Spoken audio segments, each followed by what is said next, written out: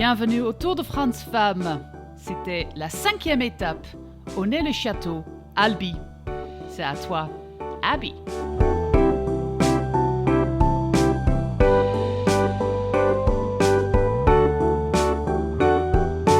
Hello and welcome back to the Wheel Talk podcast on the Escape Collective feed. My name is Abby Mickey. I'm joined by Matt Deneve.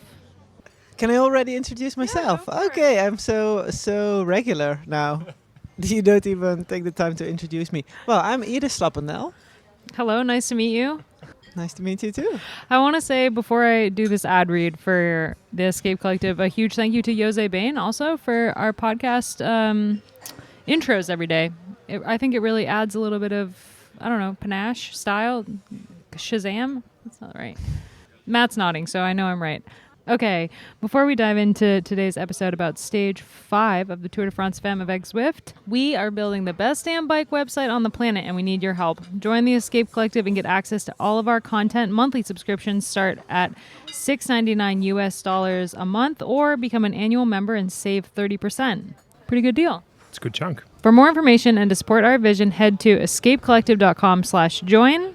That's escapecollective.com/join. And thanks so much for everyone who's already signed up. You're welcome.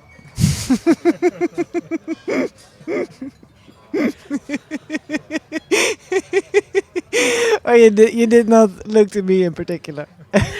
I'm so happy I signed up already, otherwise I would feel so embarrassed right now. I would be putting you on the spot. Exactly. A little bit. All right, should we talk about today's stage? It was Yes. another wild one, and actually, it was funny. Before the stage, I think a lot of people thought it was going to be a sprint, and I was pretty adamant that it was going to be a breakaway day. I even picked Kashinewadoma in my fantasy comp because I thought that it would be a spicy day, and I got the team right. Yeah, you were close. Super close. And I want to talk about that, but we'll get to that pretty soon. Where should we start? Yeah, good question. I think a lot of people were surprised that it wasn't a sprint. In her press conference after the stage, Lotte Kopecky said she was surprised as well that it didn't come down to a sprint. And I think you were at the UAE bus afterwards and they had some choice words about the fact that it wasn't a sprint.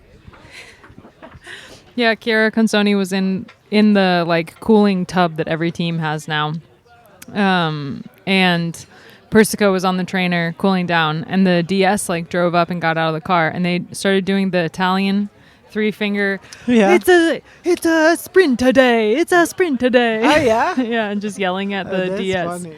So it was pretty hilarious. I guess the DS thought it was going to be a sprint. Also, Demi said that it could have been a sprint. So there was a lot of possibilities. A lot of people who thought it was going to be a sprint for sure.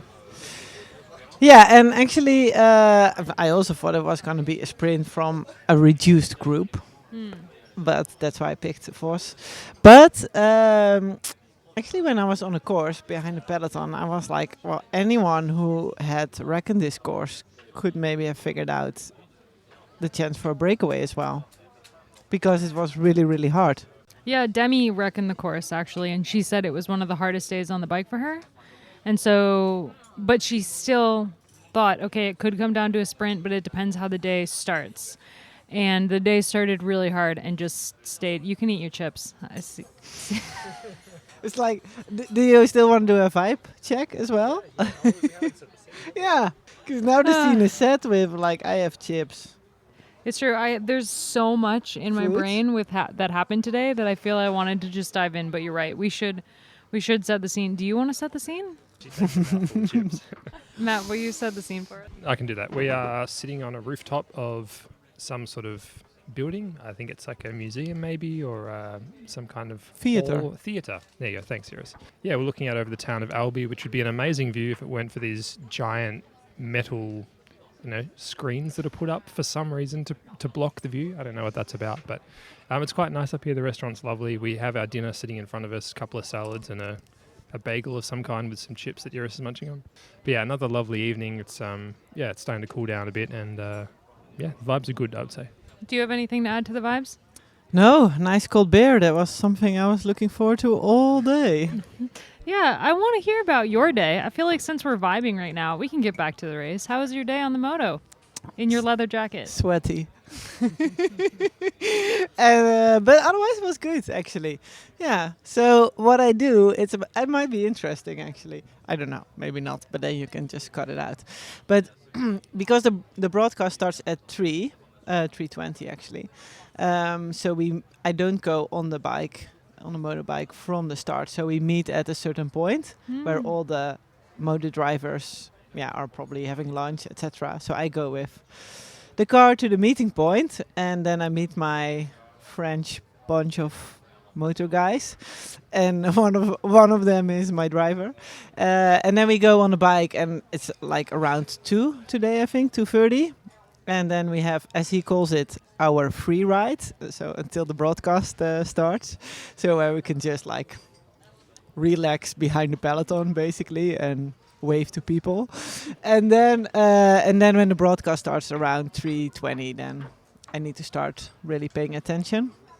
Of course, I'm paying attention all the time what's happening in the peloton, and I'm thinking all the time like, oh, what are the things I can say that I notice. But otherwise, on the back of the bike, it's you're either behind the peloton, or sometimes we go behind the breakaway, try to talk with DSs if possible. And otherwise, hold him very tight sometimes when it's like a sketchy descent. And he told me actually that he used to be a racer, and he won once in Albi. There's apparently a racetrack here. Oh wow! So I think today he was in the race vibe because we went really fast by points. But I actually love it. I think it's so great to be like the adrenaline of like cornering in the descent on the back is quite fun. Sometimes I close my eyes and just cross my fingers. But he's a good driver, so Would you ever buy yourself a motorbike? Well, actually, up until this week, I was a bit like, it's quite nice to be driven around, like to just sit here in the back. But this week, I start to feel like maybe it would be nice to actually have my license and drive myself. Yeah. So mixed feelings. I'm not sure yet. What's your favorite part about being on the bike? Like, what's your favorite part of the race to kind of see from the bike? So I think my favorite part is basically the adrenaline that you have on the bike, which is a bit similar as being in a peloton. But and I think also like you feel, I'm definitely not part of the peloton anymore, but you feel the same kind of like energy and adrenaline, and you just see things from very up close, and that's something I really like. So especially like passing the peloton or talking to the S's or seeing riders and it's actually funny because they don't notice me most of the time, except when they dropped on a climb and I pass them and I'm like, come on, and I say their names or something. But so you're basically a viewer from very up close. Do you have a favorite DS to chat with? Do I have a favorite DS to chat with? Actually, I do like to chat with the DS from Phoenix, Koning. So he also works for Eurosport, actually. And I know him from the time that I was a DS from a U23 men's team, when he was also a DS for a men's team. And he was like crazy in the caravan. So he learned me quite some stuff at that time. So Michel Cornelissen. So I really like talking with him, and I also like talking with Carmen Small, my ex-teammate, and Magnus Backstedt is also really good to chat with. Yeah, interesting, cool. Apparently journalists can also like put in a bid to go on a moto to go in the race. Yeah, which I didn't know about. But then Rachel Jerry of Roulaire went on the moto on yesterday's stage 4, and Amy Jones is going tomorrow on the moto. So I asked if I could go on a moto one day, and they said everything is booked months in advance. I was like, the Tourmalet? They were like, ha! They laughed. They literally laughed in my face. So well, you have to ride up there. Maybe Abby. next year. Yeah. We'll see. Anywho, bike racing. I don't remember where we were. So for example, there was one moment today that I was pretty scared on the bike, and that was when we were behind the team car of SD Worx. Oh god. And he had to brake like hell because of bringing Damie back. Well, we'll talk about that later, I think. Yeah, but that was a really interesting moment. I think, okay, so we were talking about, there was an early break. Yes. From the beginning, the stage was pretty much full gas, and there was a break of 10 that looked like they would maybe have a chance. But Canyon SRAM missed that break. So Canyon SRAM got on the front and they chased. And once they caught that break, they were very active. They were sending riders off the front. Nothing really stuck. And then finally, they sent Ricarda Bauernfeind off the front, and she soloed to victory. The third World Tour victory for Canyon SRAM this year after quite a long drought of World Tour victories. And also, the third World Tour victory for them with a brand new rider, someone they've only signed this year.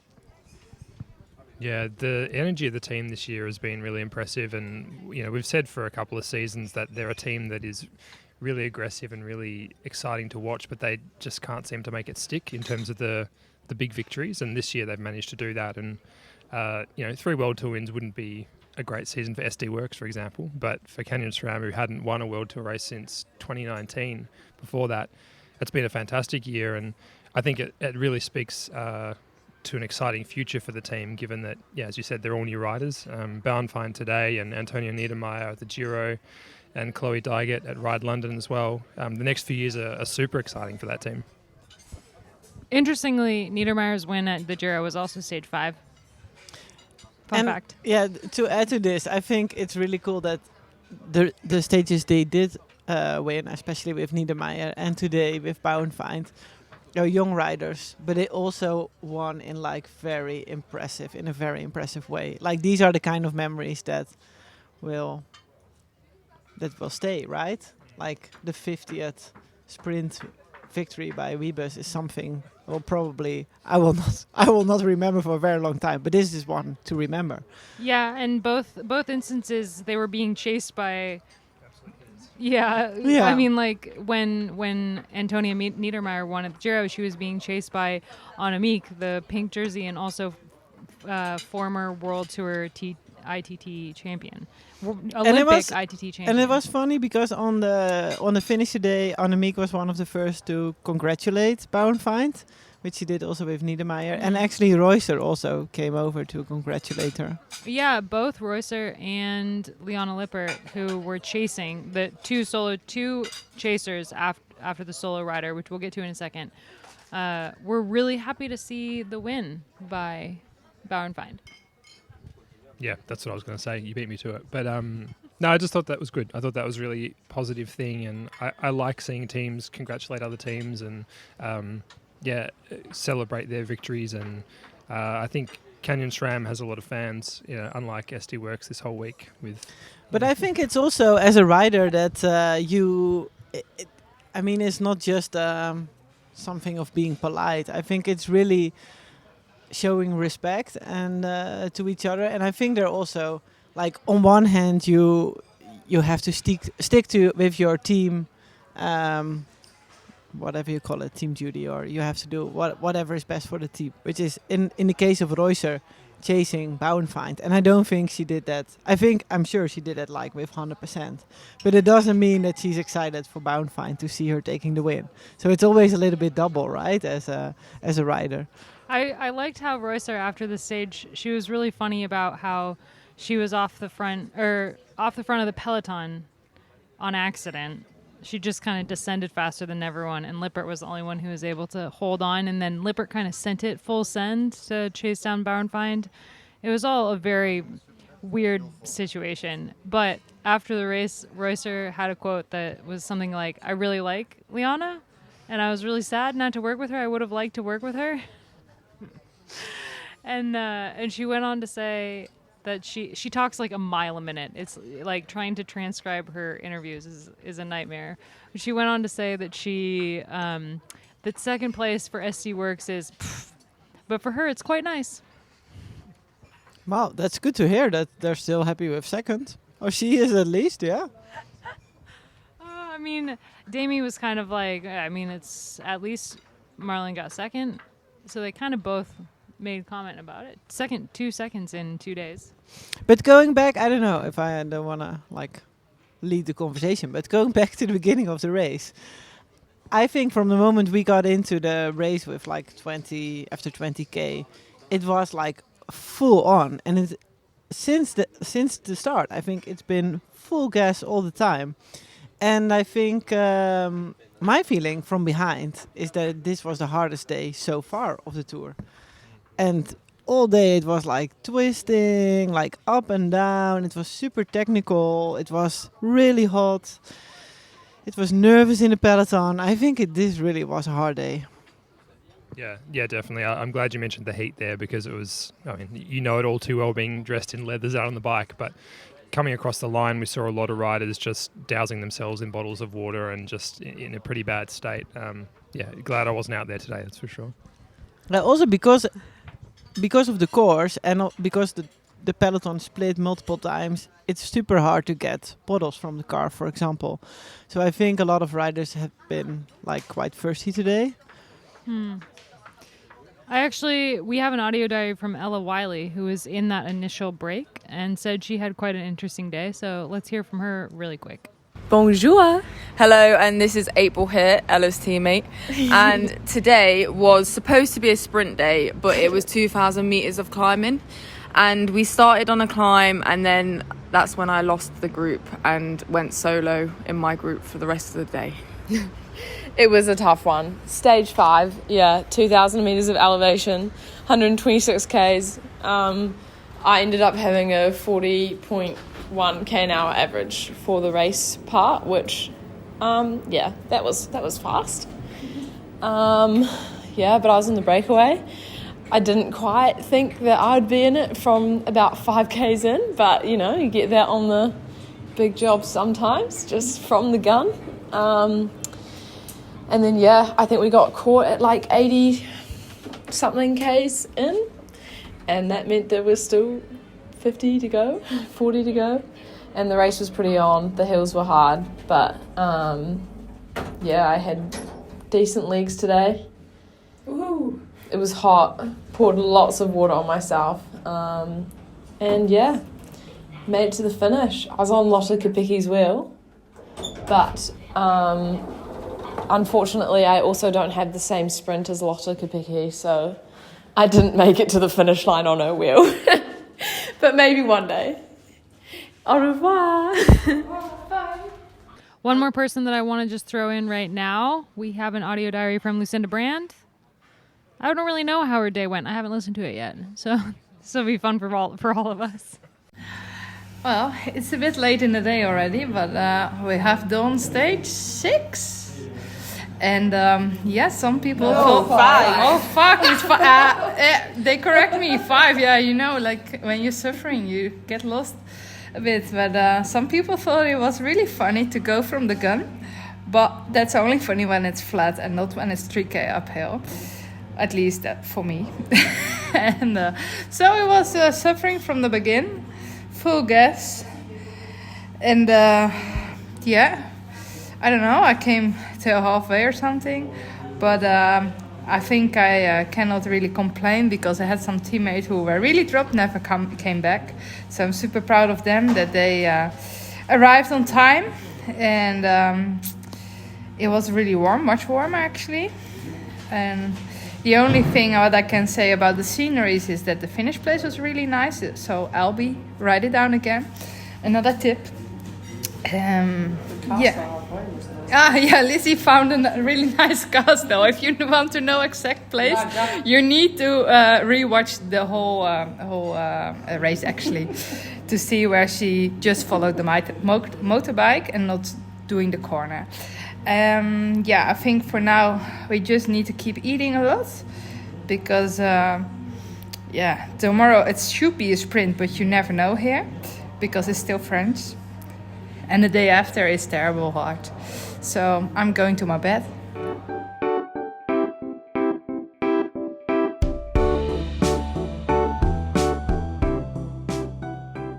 in full disclosure, we took a break to eat our dinner, and we're back now. So hopefully we don't repeat ourselves at any point or miss anything. We have to talk about Demi Vollering. So Demi Vollering had a mechanical, went back, had a wheel change, and then was chasing back onto the peloton. 0 teammates showed up until she was pretty much, I don't know, like 200 meters from the back of the peloton.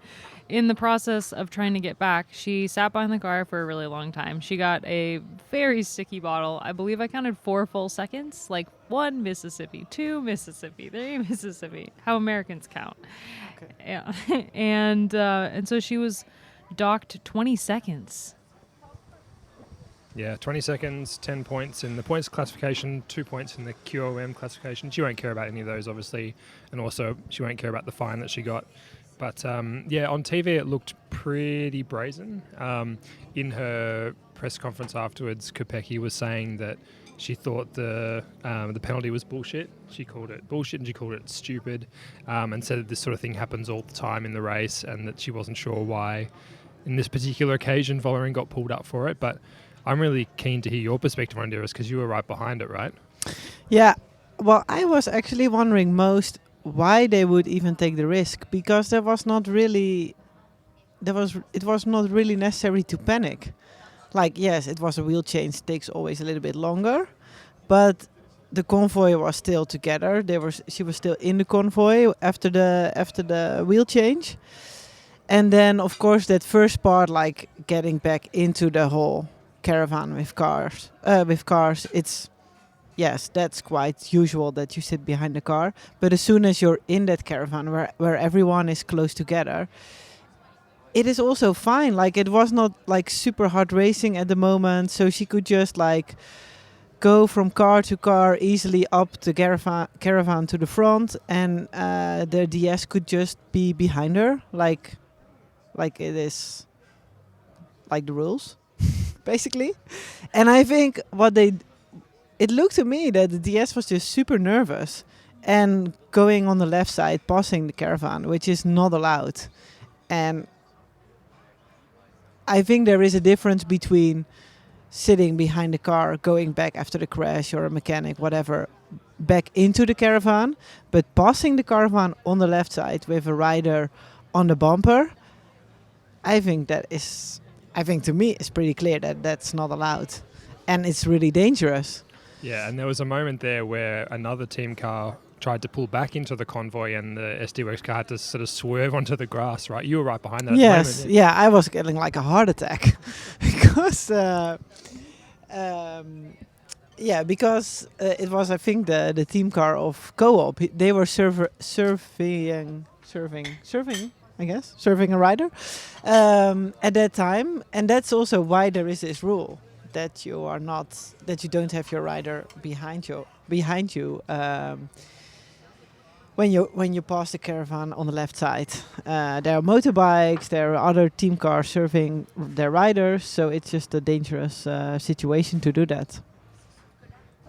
And again, totally unnecessary. There was no reason to panic. And I'm also a bit surprised because Dennis Tam was driving, and I always see him as like a pretty calm and very experienced DS. And so I thought that was a bit strange. Yeah. The funniest part of the whole exchange was the commissaire sitting right behind the SD Worx car, coming up alongside and waving his finger very animatedly at Stam, saying, you can't be there. But not only that, he then went in front of the car and pulled something out of his pocket and sort of mimed that he was writing out a fine or something for Stam. Like, you guys are going to cop, and then he kept pointing at Stam through the window like, yes, you're the one responsible, and then kind of zoomed off. And I need to say, sometimes they are a bit childish, like these commissaires. You're a bit like, yeah, this is your moment of fame or whatever. So I mean, there's always two sides of the story, right? And this is how I saw it, and I thought that it was just, I understand the stress of a situation. It's your GC rider, etc. But on the other hand, I also think she's an experienced rider. It's an experienced DS. It was not a moment in the race really to take that kind of risk. And you know that all eyes are on you also, and they have given similar fines before in the past few days as well to other teams. In the end, she she's only 12 seconds down on Amik now in the general classification. So it's not like all she lost was her 8-second lead that she had from bonus seconds. And all she lost, but it was an unnecessary loss. Yeah. And it could be decisive at the end. You never know. Yeah. And also, interestingly, like speaking of seconds, Ash and Annemiek and Demi were going for the bonus seconds today on the bonus climb. I think it was Ash that went over that first. Yeah, that was Boundfind was already in front. So she with steals maybe, or at that time, I think she was by herself, so she only would have gotten 3 seconds. No, I think it's 6 seconds for a second over the climb. So so Demi gets 3 seconds. Yeah, Ash went over the climb first, and then Annemiek, and then Demi. I just found it interesting that they were even trying, like whilst someone was already off the front, to be going for bonus seconds. I just found it fascinating, especially Ash. Like clearly I feel like she's like a tiger right now. It's kind of crouching. Waiting. Yeah, I was gonna say more like a I call it a leopard. Lizard? Lizard, yeah, because she's of the green. On one hand, she's pretty invisible, and on the other hand, she's just like slowly climbing up the GC and getting seconds wherever she can. So yeah, she got 2 seconds. Yeah, so I think that's pretty interesting. Yeah, and she's now second in GC. Yeah. So yeah, I mean, Ashleigh, in my opinion, she always plays it safe, and that's what she does here. Like you won't see her like doing a Kasia attack, for example. But on the other hand, she gains seconds wherever she can. So the couch is lit up. Wow, and I'm not even sitting on it. I actually have an audio diary from Ash, so we should hear that really quick. Hey Abby, so today was full gas from the start. Was very active in the early parts of the race, which meant that it was a hard race. But I felt good. I felt in control all the race. There were obviously some, kind of dangerous GC riders who were trying to get in the early break, like Rihanna Marcus or Liana Lippert, and then finally Claire Steels did get into the early breakaway, which meant that today the teams didn't make the mistake of letting it get too much of a gap, especially Canyon SRAM. They were really the team to control it from the word go. So the gap never went really over 1 minute. And then as we hit sort of the steeper climbs of the day at 75 Ks into the race, that's when we made contact with the breakaway, but also the peloton split again. So we were just constantly, dropping riders.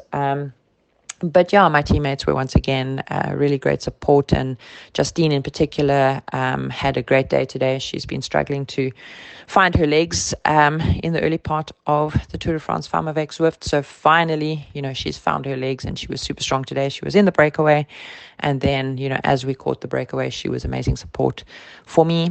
We ticked all the boxes. I got some points for the green jersey, and also some bonus seconds, and moved up to second on GC. Unfortunate, obviously, that it's happened due to a time penalty for Demi following, but rules are rules, and they need to be obeyed, and so it is what it is. Going into tomorrow should be a little bit easier, or, should be a sprint stage, but always have to be alert and ready as a GC rider.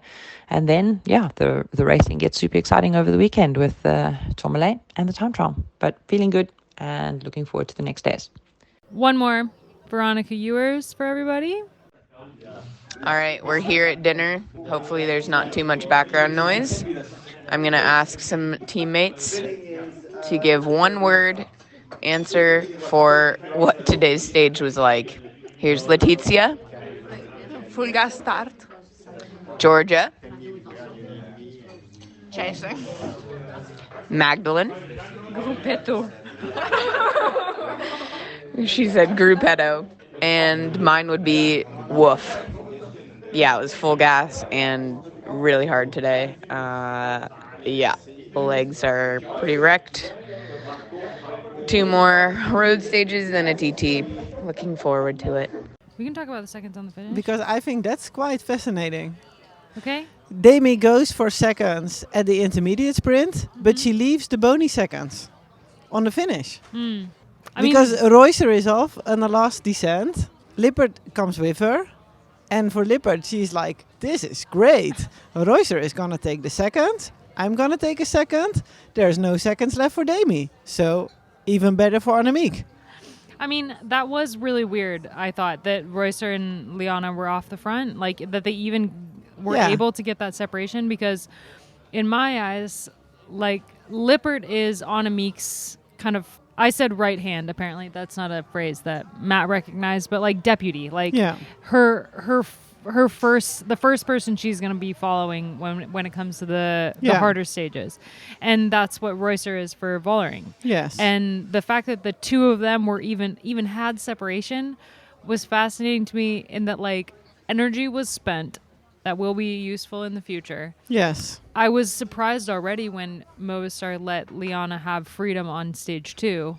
But then I was like, okay, well, I was surprised, but it made sense in terms of now she will focus on Annemiek. Yeah. And then today happened, and I was like, what the hell's happening? Yeah, but actually I think from Lippert it was pretty good, because she takes a second. She only had to follow Reusser. And I didn't see it either, but I think Reusser just hit the descent so hard that there was a gap. And Lippert is a good descender. She was on the wheel. And then she's like, well, if you're on the right, let's ride. And we'll take the bony seconds on the finish. And there's no left for Demi. Yeah, that's exactly what happened.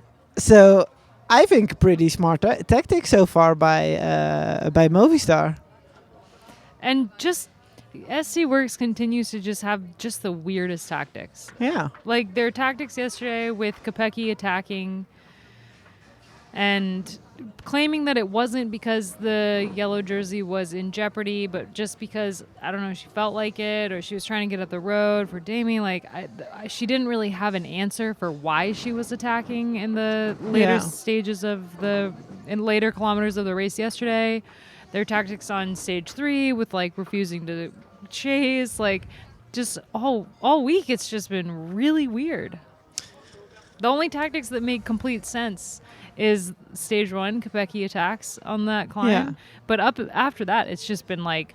And that was something that they head-scratching. didn't agree on beforehand, apparently. So, well, I mean, if Demi wins with 10 minutes on the Tourmalet, then we're all like, this had all made sense somehow. But if that doesn't happen, then we will talk a lot more about it. I just think it's what for me is weird is that the stages are actually really hard this week, and I think that's expected. And there's been so many opportunities for them to take already seconds on Van Vleuten, for example, and they don't really use that opportunity. Last year. They did this last year when on stage 4 last year, the stage that where Annemiek was sick. Yeah, and also. She was dropped, and nobody did anything. Yeah. She was behind, and they just like let her catch back on, and I'm still mad about it. Yeah. Like, I just don't understand like what the end game is, and whatever it is, it's not working. Yeah. It's fascinating, but they still have so many freaking wins this year. Yeah. It's like, we're watching it, and it doesn't make any sense, but they've won 50 races this year. I think that's also just if you all like want to summarize it, it's the interesting thing of this tour, because it's like winning an overall is also about not making mistakes. And I think Demi is the best rider at the moment. I'm pretty convinced about that. But I also think she is not so far ahead of everyone else. That's what I say now. Maybe I think different on Saturday night. But I think she's not so far ahead that she can just... And I mean, I like Demi as a rider. I think she's great. But I think for the team, it's not... They cannot be arrogant or something. They cannot just say, we want all our... It's not Thuringen, where you can say, every teammate can win a stage here. It's the Tour de France. And I think every second counts. And I think riders like Annemiek van Vleuten are probably a bit like, well, nice. SD Worx. Like I just wait until She was pretty chipper Saturday. after the finish yesterday. Yeah, so. she was in a super good mood, Yeah, and I understand it She knows because I something we think don't know. no, but I think also Annemiek yesterday didn't look amazing in the race. So I think yesterday they could have taken more time on her, And they didn't. and they didn't. So, and that's also I think why Annemiek was like, well, this is going well, because my day will come on Saturday. We also have to mention, actually, that Lorena Wiebes was out this morning with a stomach bug, so she didn't start this Yeah. morning. So potentially was part of the weird tactics by SD Worx, because otherwise I think maybe it could have been a sprintier finish today if she'd been in the peloton. Yeah, And tomorrow definitely will be an interesting day with. but peloton, I think we talk about 30 riders. Yeah, it was that were tiny left. today. Yeah, it was Tiny. There But was I- no sprinter left there. Actually, Yeah, but had Wiebes still been in the peloton, do you think SC Worx would have controlled it more and kept the pace like? I don't Wiebes think so. friendly? They haven't done that the last few days. So God, they're really hard to predict. well, which is also a strength actually. Yeah, If you're so hard to predict. it's true. Yeah. They really want to keep us on our And toes. actually, I thought when there was the first break of 11 with Bredewold, I was like, that's a good break. To have Bredewold in the break is a really good. It's really Yeah. good one to go. But yeah, unfortunately, didn't make it. Okay, let's hear from fan favorite Jess Allen. Hey, mate. Hey, hey, mate, how's it going? Excuse me, just been breathing too hard all day. Yeah, that was actually, I had a gut feeling this morning today was going to be probably the hardest day of the tour so far. And I reckon it was, to be fair. You could tell in neutral today, everyone was pretty edgy. Long 10k neutral, everyone wanted to be at the front. We knew there was like narrow, twisty roads to start with and quite undulating.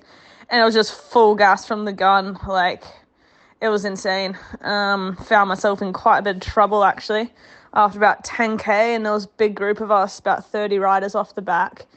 And when you're only 10k into a 130k day, you know, you're pretty much up shit creek.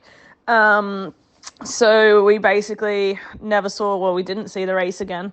And we just had to work super hard. Really good cooperation with the 30 girls I was with. So hats off to everyone, because it was a really hard day. And for a little while there, I was a little bit concerned, actually, we weren't going to make time cut. But I think we made it by only like 4 minutes in the end. So big, hard day. Really happy with our team ride. The girls did what they could, and Arne was up there for 7th, which is awesome, for a sprint stage, which definitely wasn't a sprint stage.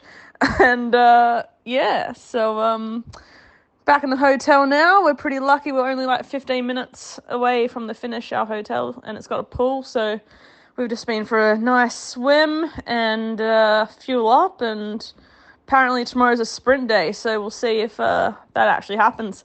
But yeah, happy to have made it through today, because that was probably the hardest day for me, for sure, for this tour. And Arne's looking good. And yeah, morale's still high in the team, and we live to fight another day. Thanks, mate. That's about enough for today, I think. No, I have my scoop. What's your scoop? That we're gonna launch a grant with the Cyclist Alliance. Of course, I need to hear about this. Yeah, so it's really cool. So the Cyclist Alliance, I know you guys talk about it. Big fans. Yeah, the union for female cyclists, but we have a mentor program. We have it already since 21, I think. And in the mentor program, we pair inexperienced riders with experienced riders, and then there's like an after career program with our podium partners, which are Liv, Cannondale, SRAM, Trek, and Specialized. So there's like opportunities to do like work experience, internship, etc. And they also give like workshops to riders about like things like CV building, for example. Anyway, so that's great. And we had already for a few years in mind, like we want to extend the program with a pre-career program, because something what we feel really is lacking in cycling, or is not lacking, but there's an opportunity to make the sport more diverse, to give more opportunities from riders that, for example, are not from the Netherlands or Belgium or Italy, where it's a little bit easier to get into the sport. And so this is something we are already thinking about quite a while. And then earlier this year, or actually last year, Strava came on board with the TCA to support us also financially. Zwift came on board earlier this year to help develop that pre-career program.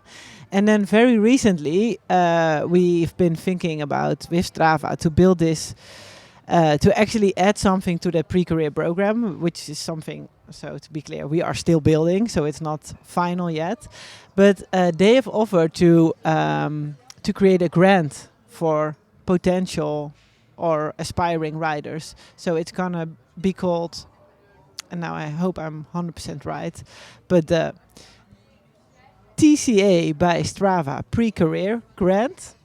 And it's a grant, it's a total amount of $100,000 by Strava. And we can give amounts between 2,000 and 5,000 euros to riders, and they have to apply for it. So, for example, if they're coming from overseas, they want to race in Europe, they're looking for ways to fund tickets, visa, but also for European riders, for example, if they're looking for extra funding for coaches, nutrition support, all kind of things you can use, you can think about that is necessary to be able to close that gap to the top.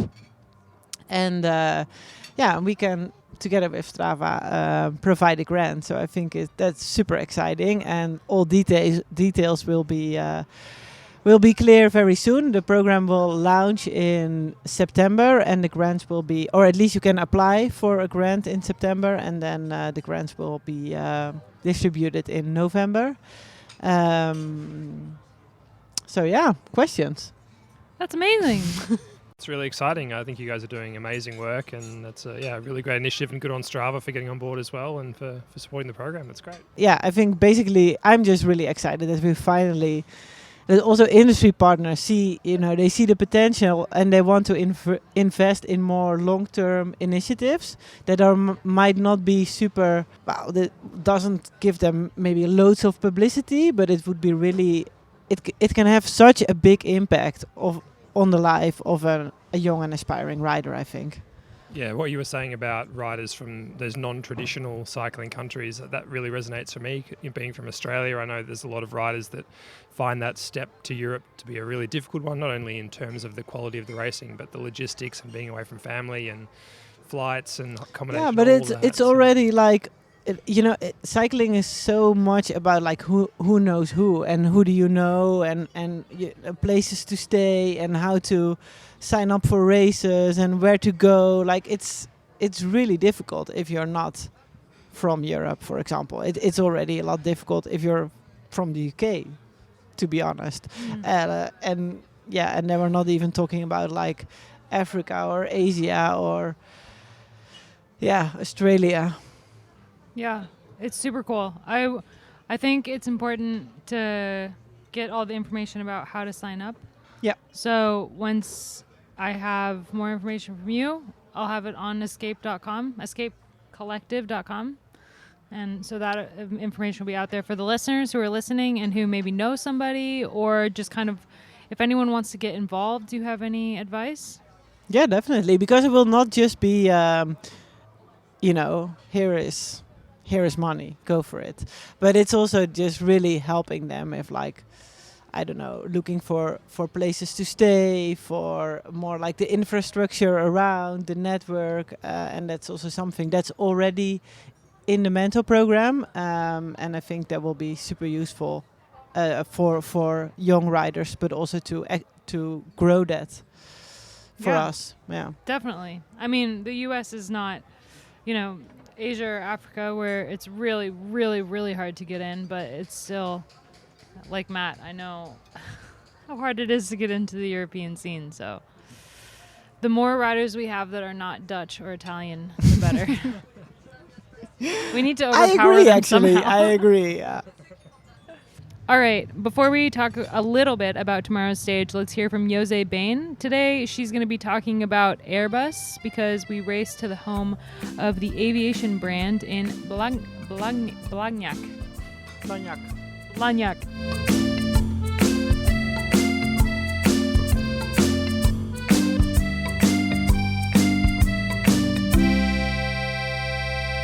Tomorrow we are racing to Blagnac, which is just north of the city of Toulouse. And Toulouse and Blagnac are the home of Airbus.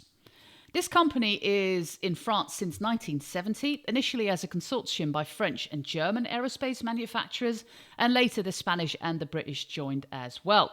It's the second largest airplane manufacturer after Boeing. One of the most famous airplanes is the Airbus A380 that was introduced in 2008. The minimum seating plan is for 555 passengers, but there's potentially room for more than 800. Initially, the A380 seemed like a big success. Middle Eastern airline giants like Emirates, Qatar and Etihad, but also Lufthansa, British Airways and Qantas bought the double-deck superjet. Especially the Middle Eastern airlines used the space on board for crazy big suites and super deluxe first and business class seating arrangements. Etihad even has a free room apartment in the sky. There's a bar, there's luxurious toilets, and there's even showers on board. But what was once deemed the future of air travel quickly became a black sheep. The start already wasn't very promising, because when the A380 finally went into service after a very long run-up in 2008, a global financial crisis led to a collapse in the demand for a super big aircraft. During the COVID crisis, especially, these big superplanes remained crowded. Air France said goodbye to their 10 A380s, of which they own 5 and leased 5. They are just very expensive to fly because of its 4 thirsty engines that make the A380 uneconomical for most operators long ago. And more airlines do the same and even dismantle the planes. In 2019, Airbus then decided to discontinue the model. Due to a dramatic drop in orders, and when even the biggest customer, Emirates, and they have around 120 of them, wasn't interested anymore, it was the end. I know the passengers love it. It's a very quiet and smart airplane, but the damage it does to the environment should be priority and not the comfort, the CEO of Qatar Airways even said. The times are changing, aren't they? The last Airbus A380 was delivered at the end of 2021. The A350 and the Boeing 787 Dreamliner are seen as its successors. And they are much more fuel-efficient long-haul carriers. And as it stands now, it is expected that A380s will stay in the air for around 10 to 15 years more. In Blagnac, you can book a tour around the factory and the huge terrain around it. But judging from the reviews on TripAdvisor, I think a trip to La Ville Rose or Toulouse is a better idea. Funnily enough, it was the colour blue that made the city famous. It was the trade in pastel, a yellow flowering plant that yields a blue dye that made the local merchants rich. The name Ville Rose, or Pink City, is derived from the pink bricks that come from the clay of the Garonne River, and they were used to build the houses. Well, we not focus on the pink, but we do focus on the yellow jersey today. So let's go.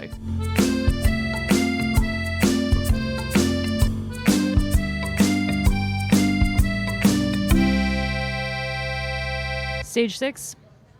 It looks a lot like today's stage, actually. I think it's going to be a little flatter. It is. It is a little bit flatter. There's only 4 categorized climbs. They're all Cat 4s. And then the run into the finish is pretty flat. So I think tomorrow is our second sprint stage of the race. But who are the sprinters that are left and will control the race? It's a really great question. I think that I'm curious what DSM is going to do. I think without SD Worx, they might feel a little bit more inclined to chase than they did on stage 3, which is saying something because they did chase on that day. But I think they really back Charlotta in the sprint. I also think Jumbo-Visma is going to be pretty stoked to work for Voss tomorrow. If Voss is going to win a stage, it's going to be tomorrow. So They're going to be all in for her. I also think Emma Norsgaard maybe could get up in the mix. Like, she's not really a sprinter, but also the sprinting situation is a little bit more wide open now. Yeah. And so I'm really, it's an interesting Consoni? battle.